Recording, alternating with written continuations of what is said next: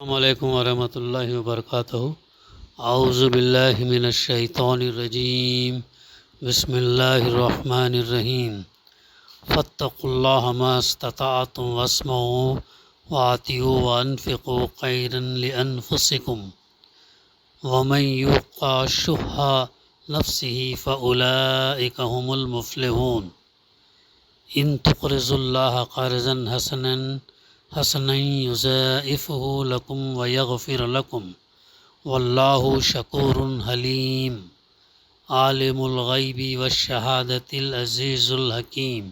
صدق اللہ العلی العظیم۔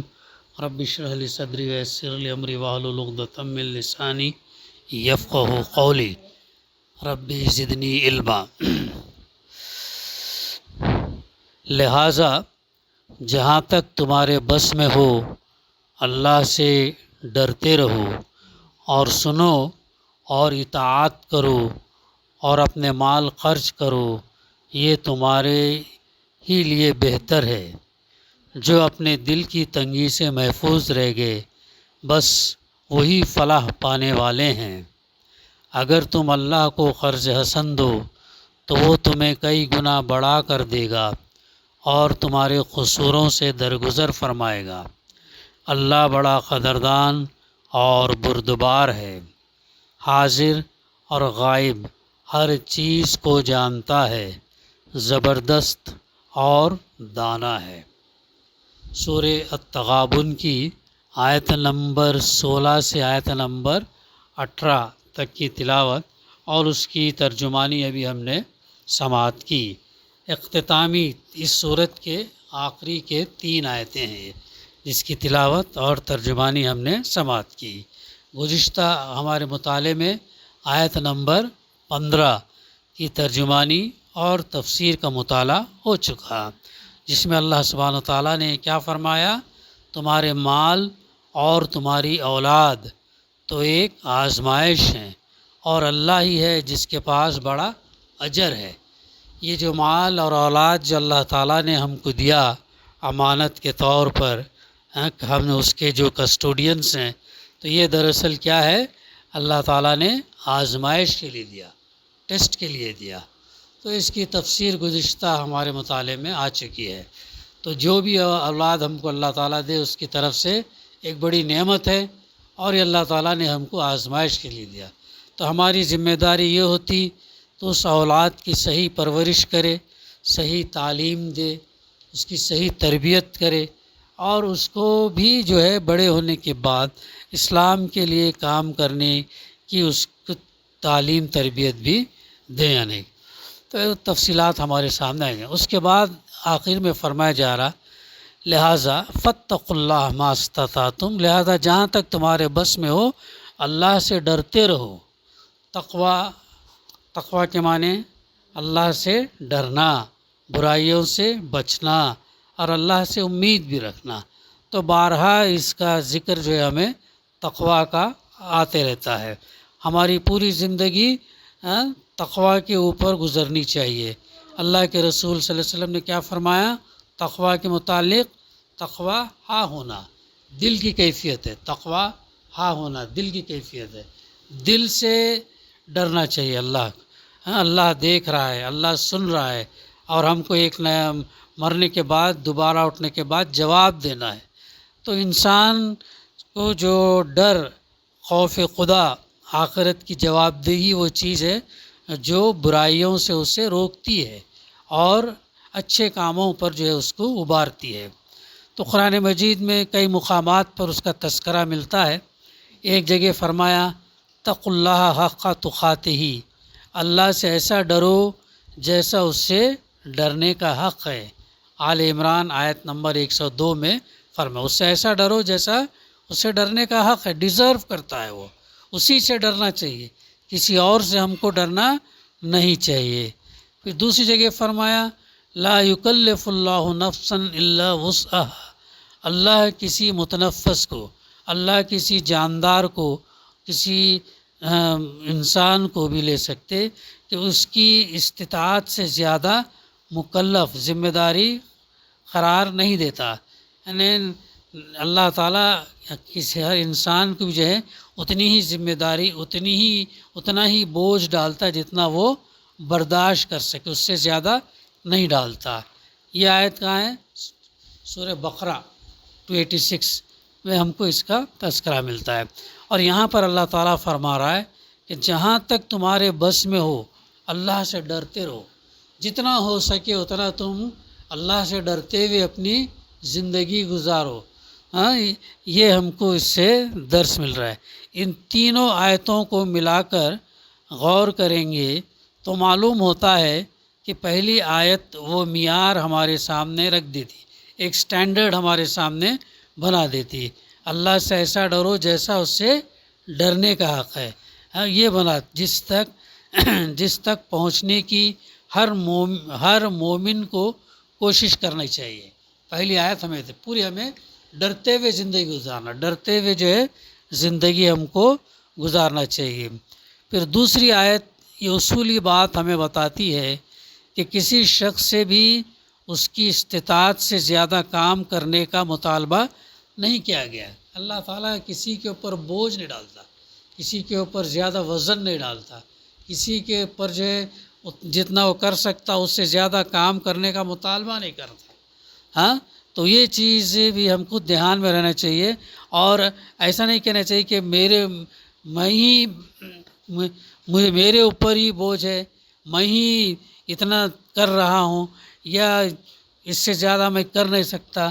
تو جتنا تم کر سکتے اتنا ہی اللہ سبحانہ وتعالیٰ بوجھ ڈالتا۔ بلکہ دوسری آیت میں کس کی زیادہ کام کرنے کا اللہ تعالیٰ مطالبہ نہیں کیا ہے، بلکہ اللہ کے دین میں آدمی بس اتنے ہی کا مکلف ہے جس کی وہ قدرت رکھتا ہو، جتنا وہ کر سکتا ہو اتنے ہی کا اس کا مکلف ہے، اور اسی مناسبت سے اللہ تعالیٰ قیامت کے دن انسان سے سوال کرے گا۔ تمہاری کیپیسٹی سے زیادہ سوال نہیں کرے گا۔ تم اگر اتنا کام کر سکتے تو اتنے کام کے بارے میں نہیں پوچھے گا اللہ تعالیٰ، جتنا تم کر سکتے اتنا، اور اتنا بھی اگر تم نے نہیں کیا تو پھر ہم کو جواب دینا ہے، کیونکہ ہم بھی جانتے ہیں اور ہم سے بہتر اللہ جانتا ہے ہم کیا کر سکتے کیا نہیں کر سکتے، یہ ہمارا دل جو ہے جانتا۔ تو اسی لیے اسی مناسبت سے انسان سے سوال ہوگا کہ جو ہے تم یہ کر سکتے تھے، تم نے کیوں نہیں کیا؟ کوئی آدمی زیادہ کام کر سکتا تھا تو اتنا زیادہ کیوں نہیں کیا، کم کیوں کیا؟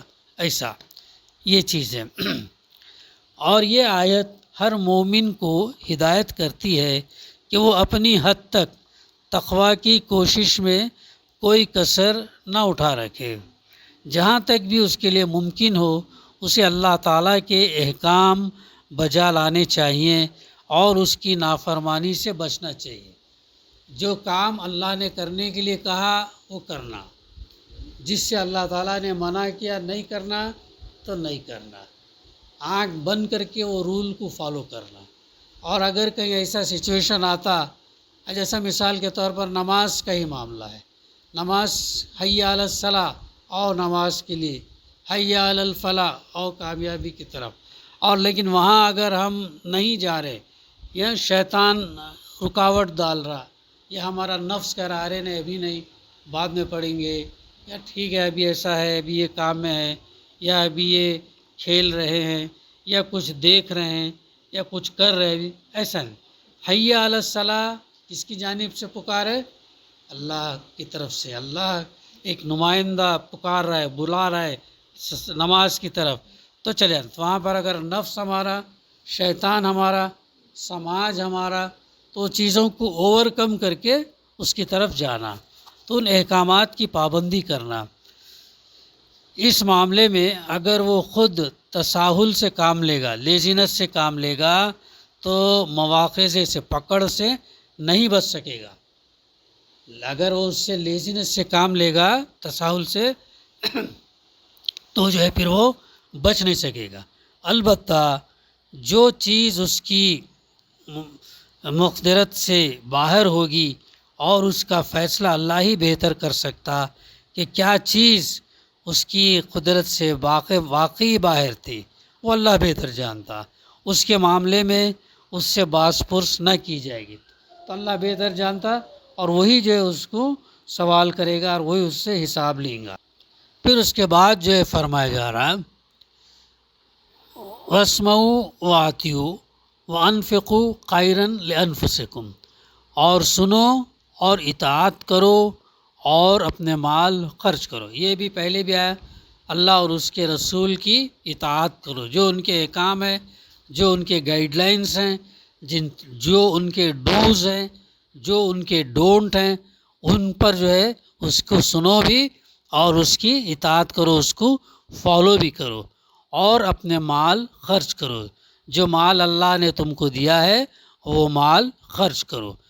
بنیادی طور پر جو یہ ہمارا جسم، ہماری جان بھی اللہ کی ہے، اور اللہ نے ہم کو جو مال دیا وہ مال خرچ کرو۔ یہ کہنے کے بعد فرما رہا خیرًا لأنفسکم، یہ خیر ہے، تمہارے لیے ہی بہتر ہے۔ اللہ تعالیٰ ایڈوائز کر رہا، اللہ کے رسول صلی اللہ علیہ وسلم کی توسط سے ہر فرد جو یہ پڑھے گا، جو یہ سنے گا، اس کے لیے جو رہنمائی جو ہے تا قیامت تک امت کے ہر فرد کے لیے اس کے اندر رکھی گئی ہے کہ یہ تمہارے ہی لیے بہتر ہے، اللہ تعالیٰ فرما رہا ہے۔ پھر آگے فرمایا وَمَن یُوقَ شُحَّ نَفْسِهِ فَأُولَٰئِکَ هُمُ المفلحون، جو اپنے دل کی تنگی سے محفوظ رہ گئے، بس وہی فلاح یعنی کامیابی پانے والے ہیں۔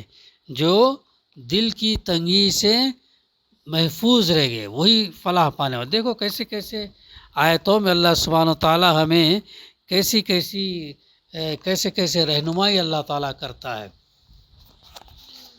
تو یہ اس کے تعلق سے اس کا تذکرہ ہمارے کو وہاں پر بھی ملتا ہے، سورہ حشر کے اندر بھی ملتا ہے۔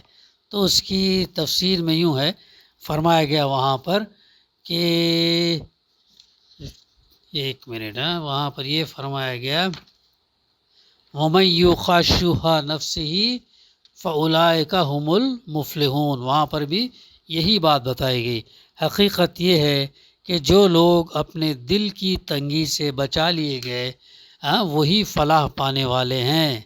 اس کی تفسیر میں مولانا لکھتے ہیں کہ بچ گئے نہیں فرمایا گیا بلکہ بچا لیے گئے، ارشاد ہوا بچ گئے نہیں بلکہ اللہ نے بچا لیا انہیں، کیونکہ اللہ کی توفیق اور اس کی مدد کے بغیر کوئی شخص، یہ بہت امپورٹنٹ ہے، اللہ کی توفیق اور اس کی مدد کے بغیر کوئی شخص خود اپنے زور بازو سے دل کی تونگری نہیں پا سکتا۔ یہ اللہ کی وہ نعمت ہے جو خدا ہی کے فضل سے کسی کو نصیب ہوتی ہے۔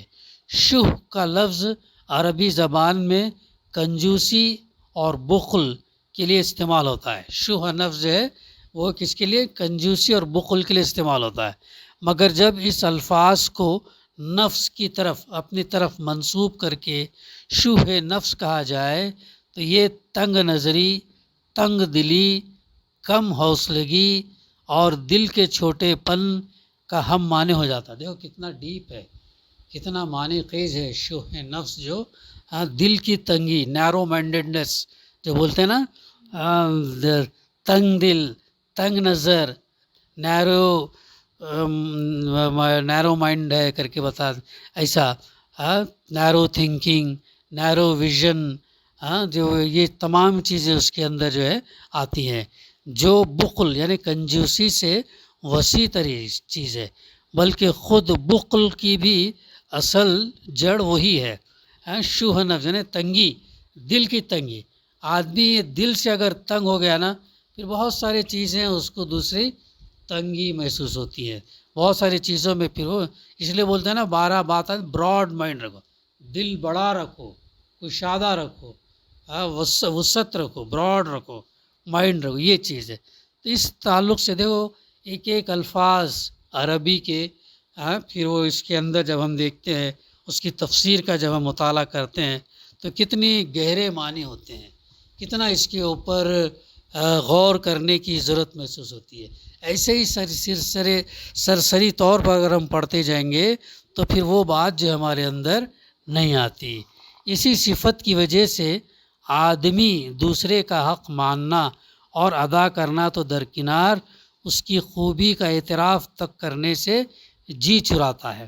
اسی بنیاد پر دل تنگ ہونے کی وجہ سے، نیرو ہونے کی وجہ سے دوسرے کی خوبی کو اپریشیٹ نہیں کرتا۔ یہاں تک بھی بات آتی، کوئی اچھا کام کیا تو اپریشیٹ کرنا، یہاں تک بھی بات ہے۔ وہ کیا ہوتا، اب بچوں کو ہم کہتے ہیں نا بڑا رکھو، دل بڑا رکھو، شیئر کرو، دیو، یہ کرو، یہ تمام چیزیں اس کے اندر جو ہے آتی ہیں۔ تو وہ چاہتا ہے کہ دنیا میں سب کچھ اسی کو مل جائے۔ انسان اتنا خود غرض، سیلفش اور خود پسند ہے کہ وہ چاہتا ہے کہ سب کچھ اسی کو مل جائے اور کسی کو کچھ نہ ملے، یہ بھی اس کے اندر آتا ہے۔ انسان ایسا سوچتا، لیکن اسلام ایسی تعلیم اس کے اگینسٹ جاتا ہے۔ اسلام چاہتا ہے کہ اس سے بچیں، بلکہ دل بڑا رکھیں، وسعت رکھیں۔ دوسروں کو خود دینا تو کجا، کوئی دوسرا بھی اگر کسی کو کچھ دے تو اس کا دل دکھتا ہے۔ تو یہ بھی جو ہے دل کی تونگری کے اندر یہ بات آتی ہے۔ اس کی حرص کبھی اپنے حق پر قانع نہیں ہوتی، بلکہ وہ دوسروں کے حقوق پر دست درازی کرتا ہے، یا کم از کم دل سے یہ چاہتا ہے کہ اس کے گرد پیش دنیا میں جو اچھی چیز بھی ہے اسے اپنے لیے سمیٹ لے اور کسی کے لیے کچھ نہ چھوڑے۔ یہ انسان کی مینٹلٹی ہوتی ہے۔ یہ مینٹلٹی کو دور کرنے کے لیے جو ہے یہ قرآن ہم کو رہنمائی کرتا۔ تو یہ چیزوں پر اگر ہم پڑھیں گے، مطالعہ کریں گے، غور کریں گے تو سمجھ میں آئیں گا نا۔ اگر ہم نہیں پڑھیں گے، اگر ہم سمجھیں گے نہیں، تو پھر ہمارا مائنڈ، ہمارا دل کیسا بڑا ہوگا؟ ہاں، جب ان چیزوں پر یقین ہوگا، آخرت میں ہم کو اس کا اجر ملیں گا، تو اس پر ایمان ہمارا ہوگا، تو پھر ہمارے اندر یہ کیفیت پیدا ہوگی، ہمارے اندر ایسے اخلاق ڈیولپ ہوں گے۔ ورنہ پھر ہم بھی کیا ہوں گے؟ کنجوس، پھر تنگ نظر، حسد کرنے والے، جلنے والے، دوسروں کا اچھا نہیں چاہنے والے، دوسروں کا برا چاہنے والے، اور پھر ہم یہ چاہیں گے کہ سب کچھ ہمیں ملے، دوسروں کا نہ ملے۔ ایسا ایٹیٹیوڈ ڈیولپ ہوتا ہے۔ تو اس ایٹیٹیوڈ کو توڑنے کے لیے یہ آیت بہت امپورٹنٹ ہے۔ ابھی اس کے بعد میں بھی غور سے پڑھ کر اس کے اوپر سوچنا، اور اس کے یعنی تو اس کو سن کر جو ہے نا اپنے کو ڈیولپ کرنا، اپنے اندر اگر یہ چیز ہے تو اس کو دور کرنا۔ میں اور تمام چیزیں جو ہے یہ قرآن مجید اس طریقے سے ہماری تربیت کرتا ہے، ہم کو تعلیم دیتا ہے، ہم کو بتاتا ہے کہ کیسی کیسی چیزوں سے ہم کو یہ کریں۔ کتنی بڑی بات بتائی، کہ یعنی سیلفش ایٹیٹیوڈ کو یہاں پر توڑا گیا۔ تمہارا دل تنگ نظر ہے، تم براڈ ہو، تمہارا ویژن جو ہے براڈ ہو، نیرو نہ ہو۔ اسی بنا پر قرآن میں اس برائی سے بچ جانے کو فلاح کی ضمانت قرار دے دیتی کہ اس سے اگر بچ گیا انسان تو قرآن مجید کیا بتا رہا ہے؟ اس نے فلاح، کامیاب ہوا، دنیا میں بھی آخرت میں بھی۔ فلاح کا لفظ اگر قرآن مجید میں آتا ہے تو دنیا اور آخرت دونوں کے لیے آتا ہے فلاح۔ تو اصل کامیابی یہ ہے۔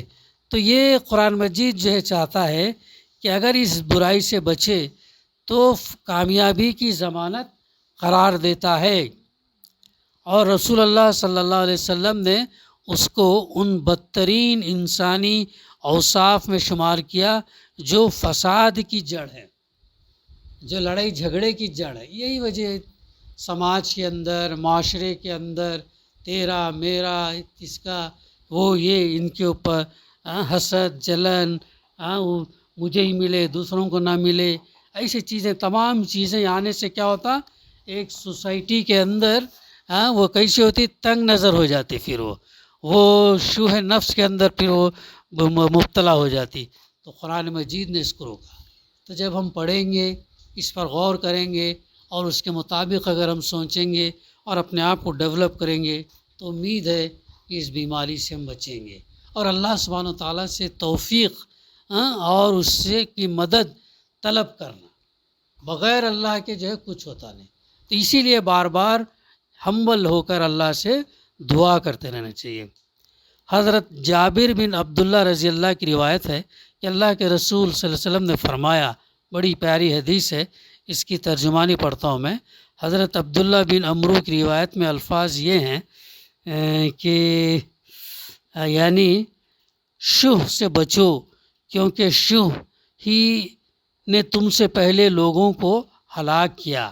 یہ بیماری نے ہی تم سے پہلے لوگوں کو ہلاک کیا، اسی نے ان کو ایک دوسرے کے خون بہانے اور دوسروں کی حرمتوں کو اپنے لیے حلال کر لینے پر اکسایا۔ اسی وجہ سے جو ہے پہلے لوگوں کے اندر یہ چیز آئی اور اکسایا۔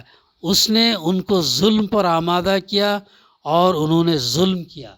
یہ تنگ نظری، یہ تنگی، یہ چیزیں جو ہے جس کی وجہ سے وہ کیا ہے، ظلم پر آمادہ کیا اور انہوں نے ظلم کیا۔ فجور کا حکم دیا اور انہوں نے فجور کیا۔ خطۂ رحمی کرنے کے لیے کہا اور انہوں نے خطۂ رحمی کیا ہے؟ رشتوں کو توڑنا۔ اسلام ہمیں کیا حکم دیتا؟ اللہ کے رسول نے کیا حکم دیا؟ صلہ رحمی، یعنی رشتوں کو جوڑو، رشتوں کو توڑو مت، رشتوں کو جوڑو، یہ حکم دیا۔ اور آپ صلی اللہ علیہ وسلم نے کیا فرمایا؟ میں رشتوں کو جوڑنے کے لیے آیا ہوں، توڑنے کے لیے نہیں آیا۔ ہم دیکھیں سیرت پڑھیں، یہ چیزیں کتنی اہم معلومات، کتنی اہم رہنمائی ہم کو جو ہے قرآن مجید اور اس کے ذریعے سے ملتی ہے۔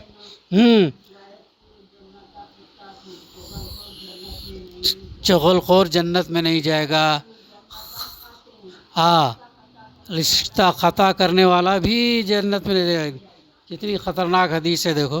تو ایسے اس کے اوپر ہمیں غور کرنا چاہیے اور اپنی عملی زندگی کے اندر ہمیں دھیان دینا چاہیے۔ قطع رحمی کے بجائے صلہ رحمی کرنا چاہیے۔ حضرت ابو ہریرہ رضی اللہ کی روایت ہے کہ اللہ کے رسول صلی اللہ علیہ وسلم نے فرمایا، ایمان اور شح نفس کسی کے دل میں جمع نہیں ہو سکتے۔ کیا مطلب ہوا؟ ایمان اور شح نفس، ایمان اور شح نفس کا دل کی تنگی، یہ دونوں جمع نہیں ہوں گے۔ ایمان ہے تو اس کا دل تنگ نہیں ہوگا، دل تنگ ہے تو پھر ایمان نہیں ہوگا۔ بہت امپورٹنٹ نکتے ہیں یہ۔ ایمان اور شح نفس کسی کے دل میں جمع نہیں ہو سکتے۔ حضرت ابو سعید خدری رضی اللہ کا بیان ہے کہ اللہ کے رسول صلی اللہ علیہ وسلم نے ارشاد فرمایا، دو خصلتیں ہیں جو کسی مسلمان کے اندر جمع نہیں ہو سکتے، دو کوالٹیز ہیں جو کسی مسلمان کے اندر جمع نہیں ہو سکتے۔ کیا ہیں وہ؟ آپ صلی اللہ علیہ وسلم نے فرمایا، بخل یعنی کنجوسی، اور بدخلقی یعنی بد اخلاق۔ یہ جو ہے مومن کے اندر، مسلمان کے اندر، ایمان رکھنے والے کے اندر جمع نہیں ہو سکتا۔ اخلاق کے رسول صلی اللہ علیہ وسلم کے بارے میں آتا ہے کہ میں اخلاق کی مکارم الاخلاق، اخلاق پورا کرنے کے لیے بھیجا گیا ہوں کر کے آپ صلی اللہ علیہ وسلم کی حدیث ہے۔ اسلام کی اسی تعلیم کا ثمرہ ہے کہ افراد سے قطع نظر مسلمان بحیثیت قوم دنیا میں آج بھی سب سے بڑھ کر فیاض اور فراخ دل ہیں۔ یہ شح نفس نہیں ہونے کی وجہ سے جو ہے پھر وہ فیاضی اور وہ چیز فراخ دلی پیدا ہوتی ہے۔ جو قومیں ساری دنیا میں تنگ دلی اور بخیلی کے اعتبار سے اپنی نظیر نہیں رکھتے، خود انہی میں سے نکلے ہوئے لاکھوں اور کروڑوں مسلمان اپنے ہم نسل غیر مسلموں کے سائے بسائے رہتے ہیں۔ دونوں کے درمیان دل کی فراخی اور تنگی کے اعتبار سے جو صریح فرق پایا جاتا، اس کی کوئی توجیہ اس کے سوا نہیں کی جا سکتی کہ یہ اسلام کی اخلاقی تعلیم کا فیض ہے جس نے مسلمانوں کے دل بڑے کر دیے۔ اسلام کی تعلیم ہے، قرآن مجید کی تعلیم ہے، اللہ کے رسول صلی اللہ علیہ وسلم کی سنت ہے، احادیث ہے، جو مسلمانوں کو دل کی تنگی سے بچایا بلکہ انہیں فیاض بنایا، ان کا دل کشادہ کیا، کم حوصلگی سے بچایا، دل کے چھوٹے پن سے بچایا۔ تو جب ہم پڑھیں گے، مطالعہ کریں گے اور ہمارے دل میں اس کو بٹھائیں گے اور اپنی عملی زندگی کے اندر بھی جو ہے یہ چیزیں لانا چاہیے۔ تو یہ ہے وہ بات جو اس آیت میں فرمائی گئی کہ جو اپنے دل کی تنگی سے محفوظ رہ گئے بس وہی فلاح پانے والے ہیں۔ اس کے بعد فرمایا جا رہا ان تقرض اللہ قرضا حسنا یضاعف لکم ویغفر لکم، اگر تم اللہ کو قرض حسن دو تو وہ تمہیں کئی گنا بڑھا کر دے گا۔ اللہ کو اگر تم قرض حسن دو تو وہ اللہ تمہارے کو کئی گنا بڑھا کر دے گا۔ قرض حسن کیا ہے؟ قرض حسن یعنی ایک منٹ، قرض حسن اسے ہم کہیں گے، اس کا لفظی ترجمہ یوں ہوگا اچھا قرض، اچھا لون، اور اس سے مراد ایسا قرض ہے جو خالص نیکی کے جذبے سے، نیکی کے خاطر بے غرضانہ کسی کو دیا جائے، یعنی بغیر کسی امید کے، بغیر کسی ایکسپیکٹیشنز کے کسی کو دیا جائے۔ قرض ایسا لون جو دیا جائے بغیر کسی امید کے، واپس لینے کی اس سے نہیں، بلکہ ایک دفعہ دے دیے اور اس کا اجر اللہ سے چاہنا، صرف نیکی کے غرض کے لیے دینا، کوئی امید نہیں، یہ اسے قرض حسن بولتے ہیں، جو خالص نیکی کے جذبے سے بے غرضانہ کسی کو دیا جائے۔ اس طرح جو مال اللہ کی راہ میں خرچ کیا جائے اسے اللہ تعالیٰ اپنے ذمے قرض قرار دیتا ہے، حالانکہ مال کس کا دیا ہوا ہے؟ اللہ کا دیا ہوا ہے، لیکن جب وہی مال ہم اس کے راستے میں خرچ کرتے ہیں تو اللہ کیا فرما رہا ہے؟ تمہارا قرض ہے وہ مجھ پر، اور میں تم کو بڑا چڑھا کر دوں گا۔ کب دیں گا؟ آخرت میں دیں گا۔ یہ ہم کو یقین رہنا چاہیے، اور وعدہ کرتا ہے کہ میں نہ صرف اصل ادا کروں گا بلکہ اس سے کئی گنا زیادہ دوں گا، بلکہ اتنا ہی نہیں بلکہ اللہ تعالیٰ کئی گنا زیادہ دوں گا۔ البتہ شرط یہ ہے کہ وہ قرض حسن، یعنی اپنی کسی نفسانی غرض کے لیے نہ دیا جائے بلکہ محض اللہ کی خاطر ان کاموں میں صرف کیا جائے جن کو وہ پسند کرتا ہے، تو یہ قرض حسن میں آتا ہے۔ ہاں یہاں پر جو ہے نا قرض حسن وہ تمام ہوتے ہیں، کسی کی مدد کرنا، بیواؤں کی، مسکین کی، ضرورت مندوں کی، اور کس میں؟ نیک کاموں میں خرچ کرنا، اللہ کے دین کے لیے خرچ کرنا، دین کے غلبے کے لیے خرچ کرنا، فی سبیل اللہ، اللہ کے راستے میں خرچ کرنا، جہاں دین کو ضرورت پڑے مال کی وہاں خرچ کرنا، رشتہ داروں میں خرچ کرنا، یہ تمام چیزیں آتی ہیں، یہ تمام چیزیں اس میں آتی ہیں، لیکن وہ غرض نہ ہو، امید نہ ہو، بھائی میں نے ایسے ان کو دیا تو میرا وہ کام یہ کریں گے یا مجھے بڑا چڑھا کر دیں گے، ایسا نہیں، دے دیا بس اللہ کے لیے دیا، اور اس کا اجر آخرت میں چاہیے، یہ ہونا چاہیے۔ یہ جیسا ہم دیکھتے ہیں کہ الحمدللہ ہمارے پاس ہمارے کچھ بھائیوں میں بہت بہترین ہے ماشاءاللہ، اللہ تعالیٰ جو ہے اس کو قبول کرے اور اجر بھی دے، یہ قرض حسن ہوتا ہے۔ قرض حسن جو ہے یہ چیز ہے، تو اللہ تعالیٰ کیا بول رہا ہے؟ اگر تم اللہ کو قرض حسن دو تو وہ تمہیں کئی گنا بڑھا کر دے گا، اور ایسے وقت دے گا جب اس کی ہم کو شدید ضرورت ہوگی۔ آخرت کے دن ہم کو جو ہے نیکیوں ایک نیکی کی ضرورت ہوگی، اس ایک نیکی کے وقت اگر اللہ تعالیٰ وہ قرض اگر ہم کو بڑھا چڑھا کر اگر دے تو پھر کتنا ہمارے لیے مفید ہوگا، وہ اس سے ہم اندازہ لگا سکتے ہیں۔ پھر اور اس کے علاوہ اللہ کیا کرنے والا ہے؟ تمہارے غلطیوں کو، تمہارے قصوروں سے درگزر فرمائے گا۔ تمہارے جو غلطیاں ہیں، لغزشیں ہیں، صغیرہ گناہ ہیں، چھوٹے گناہ جو تم نے کیے، اللہ تعالیٰ اسے درگزر کرے گا۔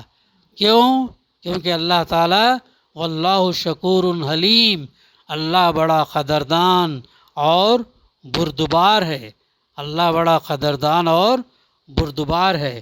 اس کی تفسیر بھی اور بھی صورتوں میں ہم کو یعنی جان بوجھ کر نافرمانی کرنے والے مجرمین کے برعکس نیکی کی کوشش کرنے والے بندوں کے ساتھ اللہ تعالیٰ کا معاملہ یہ ہے کہ جتنی کچھ اپنی طرف سے وہ نیک بننے کی کوشش کرتے ہیں، اللہ ان کو اس سے زیادہ نیک بنا دیتا ہے۔ دیکھیے اللہ کی طرف سے کتنا بونس، کتنا ایڈیشن جو ہے ہوتا جا رہا ہے۔ دوسرا، ان کے کام میں جو کوتاہیاں رہ جاتی ہیں یا نیک بننے کی کوشش کے باوجود جو گناہ ان سے سرزد ہو جاتے ہیں، اللہ ان سے چشم پوشی کرتا ہے۔ اور تیسری چیز یہ کہ جو تھوڑی سی نیک عمل کی پونجی وہ لے کر آتے ہیں، اللہ اس پر ان کی قدر افزائی کرتا ہے اور انہیں زیادہ اجر عطا فرماتا ہے۔ تو یہ ہے وہ اللہ جو بڑا قدردان اور اللہ سبحانہ و تعالیٰ جو ہے اور بہت بردبار ہے۔ اور بھی اس کی تفسیر ہم کو دوسرے مقام پر سورہ فاطر کے اندر بھی ہم کو ملتی ہے، اس کا ہم انفرادی طور پر مطالعہ کر سکتے ہیں۔ پھر آخری آیت میں اللہ تعالیٰ فرما رہا ہے عالم الغیب والشہادت العزیز الحکیم، حاضر اور غیب ہر چیز کو جانتا ہے۔ حاضر یعنی پریزنٹ، غیب جو ہے ایبسنٹ جو چیزیں، تو دونوں کو اللہ سبحانہ و تعالیٰ جو ہے حاضر اور غیب دونوں ہر چیز کو جانتا ہے، کوئی چیز اس سے چھپی ہوئی نہیں ہے۔ اسی لیے تو اللہ ہے، اللہ کا کمپیریشن کسی سے نہیں کیا جا سکتا۔ اللہ آئی بار بار ہمارے سامنے وہ بات آتی ہے نا کہ ہم اس دیوار کے پیچھے کیا ہو رہا نہ دیکھ سکتے نہ سن سکتے، لیکن اللہ تعالیٰ صرف اس دیوار کے پیچھے کا نہیں بلکہ اس پوری کائنات کے اندر صرف انسان ہی نہیں، ہر مخلوق، ایک پہاڑ کے اندر چیونٹی کیوں نہ ہو اور سمندر کے اندر سب سے نچلی سطحوں میں کوئی پانی کا جانور یا مچھلی کیوں نہ ہو، ان تمام سے اللہ سبحانہ تعالیٰ واقف، اس لیے اللہ ہے۔ اللہ جو ہے نا ایسا ہے، تو ہر حاضر غیب ہر چیز سے اللہ واقف ہے، کوئی چیز اس سے چھپی ہوئی نہیں۔ تو یہ ہمارے دل سے جو ہے اس ایمان رکھنا چاہیے، یقین کرنا چاہیے، اور اسی مناسبت سے ہم یہ احساس ہمارے اندر پیدا کرنا چاہیے کہ جو کچھ ہم کرتے ہیں اس کو اللہ دیکھ رہا ہے، سن رہا ہے، اور اس کا جواب ہم کو آخرت میں دینا ہے۔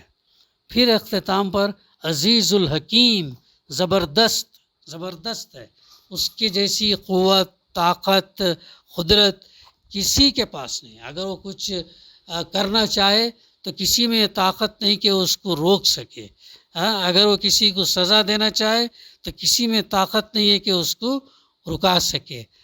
تو زبردست ہے، اور ایسا زبردست بھی نہیں کہ وہ زبردست طاقت کو غلط اس پر استعمال کرتا ہے، ایسا نہیں ہے، بلکہ وہ حکیم ہے، حکمت، وزڈم، سب سے بہترین وزڈم حکمت اللہ کی ہے۔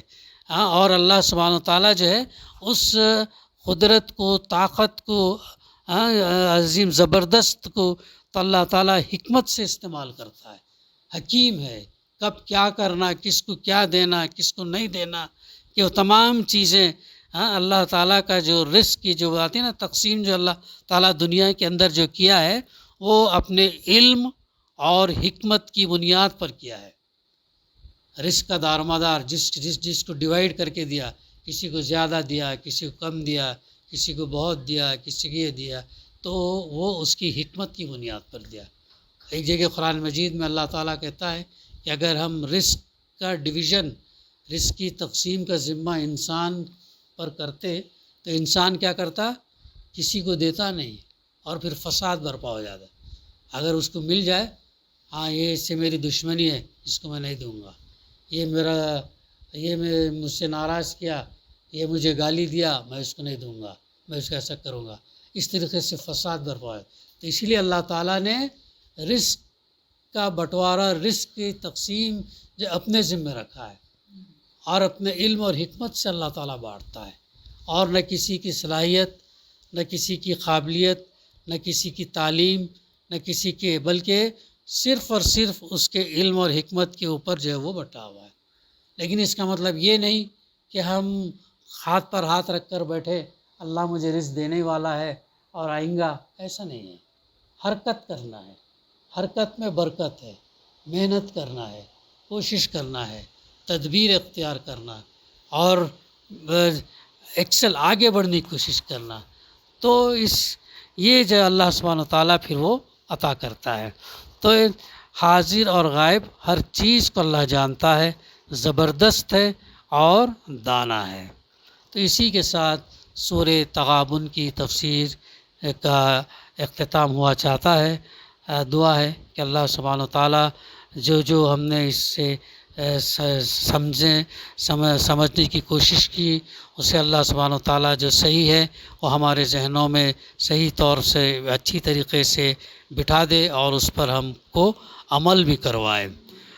کہنے سننے سے زیادہ ہمیں عمل کرنے کی توفیق اللہ سبحانہ و تعالیٰ عطا فرما، اور جو حقیقی فلاح کامیابی کا تذکرہ اللہ تعالیٰ بار بار جو اس کے اندر کر رہا ہے تو وہ فلاح ہمیں نصیب فرما، اخروی کامیابی جو اللہ سبحانہ و تعالیٰ عطا کر۔ ربنا تقبل منا انک انت السمیع العلیم وتب علینا انک انت التواب الرحیم۔